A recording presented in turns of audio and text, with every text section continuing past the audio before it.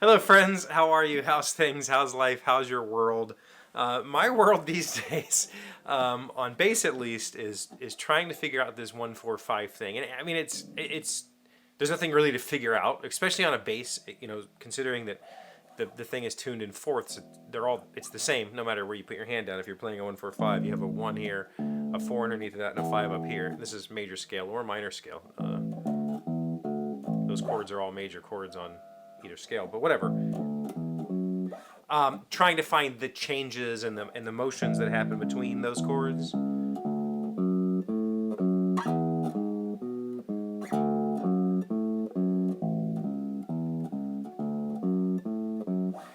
If you're playing, say, I was playing a lot of country bass, which is a lot of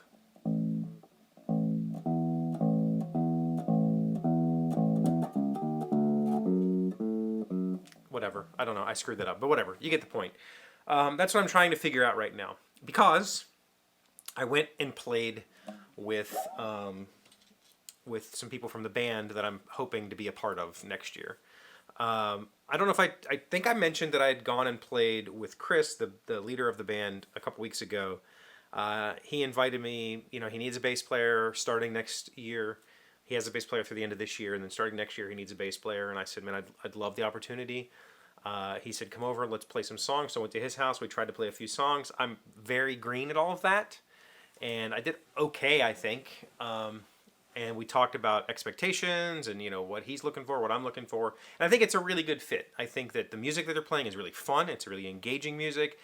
I think that the band's schedule is a fit for me, like playing a couple of shows a month, or maybe three at the most, kind of thing.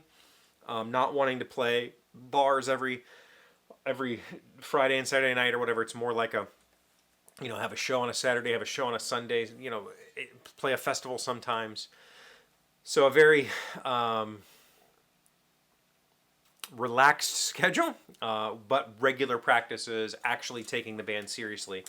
And so he messaged me on Sunday and he's like, hey, we're going to have a jam this week. Do you want to play? And I said, yeah. So he messaged me the other day and he was like, hey, I've got a guy coming over. Do you want to get together and play with us? And I said, absolutely. Like, I'll just, whatever. I'll walk into this thing blind because I need to play music. I just need it. And so I went over to his place, and it was Chris and a guitar player that is not, I don't think he's a part of their band, but he's kind of Chris's mentor, guitar mentor, and I guess he has played with them. In country music here, we have a pretty good country music scene here. Like that's the scene in my area. And it's very similar to like a Nashville scene where you have like a country music person, like the front man, and then whoever's playing with them that weekend is just playing with them that weekend, and people just bounce around all over the place. And this guitarist plays for these 6 bands, and this bass player plays in these 5 bands, and there's not really a band. There are bands, don't get me wrong, but that's a very common thing. And so this other guitar player was there. He plays for different people at different times, and so I was super nervous because I've not really played this kind of music. I've only played jazz for real. And with jazz, I'm sitting with a chart in front of me because the songs are so complex. You need a chart. Like it's not as simple as just following a 1-4-5.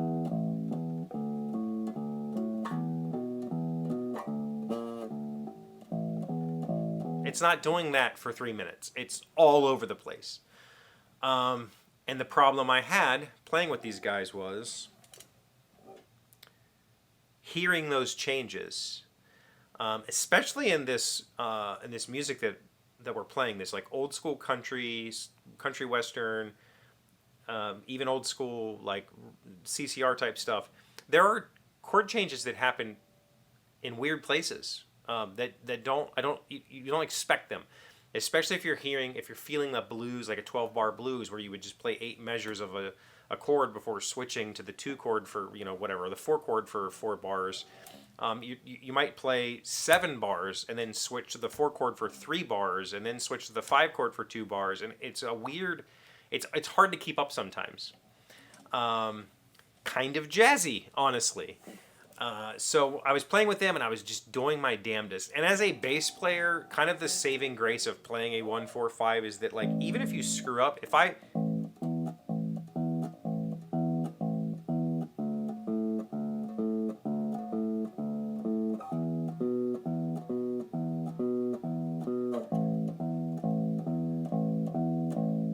even if I screw that up and I accidentally play the 4, it sounds okay. Like, it sounds fine. You can kind of get away with it as long as it's in rhythm. And so what I found was, playing with these guys, I could hear when I missed a change, but I couldn't hear the change coming, and I couldn't tell what I was supposed to be changing to, especially when you'd be playing a song that you're playing, a full chorus of this 1, 4, 5 stuff, and all of a sudden they throw a 2 in there, or a 6. And you're like, wait. Why is there a 6 in this song? Why is there a 2 in this song? I wasn't expecting that. And so I was just having a really hard time keeping up. But I loved it. I had a blast. These two guys both have played bass competently. And they both took my bass and showed me some things and said, work on this, work on that. When you're playing these songs, it's not just about doing this. Sometimes you need to throw your own stuff in there.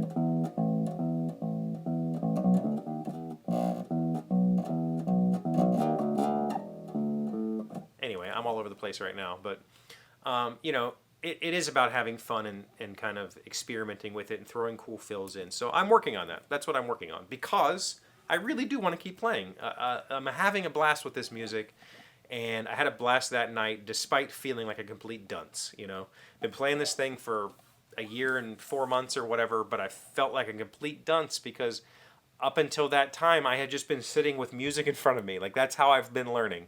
Music is in front of me. I have a chord chart right here. I can look at the chord chart. I know where I'm at, and I can see the change coming, and I can prep for it. But when it's on the spot, you kind of have to feel it out, and suddenly the guitar player is just, the guitar player is suddenly throwing it, and you're like, wait, there's a chord. Oh, you're going to the 6? I have to hear that, and I can't. I can't. And the only way I'm going to be able to do that is by doing it. So hopefully these guys will keep having me back. Hopefully this isn't the end of my time with these dudes, because I'm having a blast trying. And I think they see that. I think I impressed them, though, because I walked in and Buddy, the other guitarist, he had his acoustic with him. He was prepping for an audition the next day, and he had a song he wanted to learn. And he's like, I'm trying to learn this song for tomorrow. I have an audition tomorrow. And I said, what is it? And he goes, it's Fly Me to the Moon. And I went, wait. I have a chart for that. Like, I played that with my jazz group. And he was like, really? I said, yeah. So I pulled my chart up, and he was like, oh, yeah. And he had Ultimate Guitar, I think. And he put it on, and I just started walking Fly Me to the Moon. Like, I've played it dozens of times. It's a walking bass line, normal sevenths, few 2-5-1s in there. I walked the whole thing. So I think that impressed them quite a bit. They were like, okay, like, that was cool,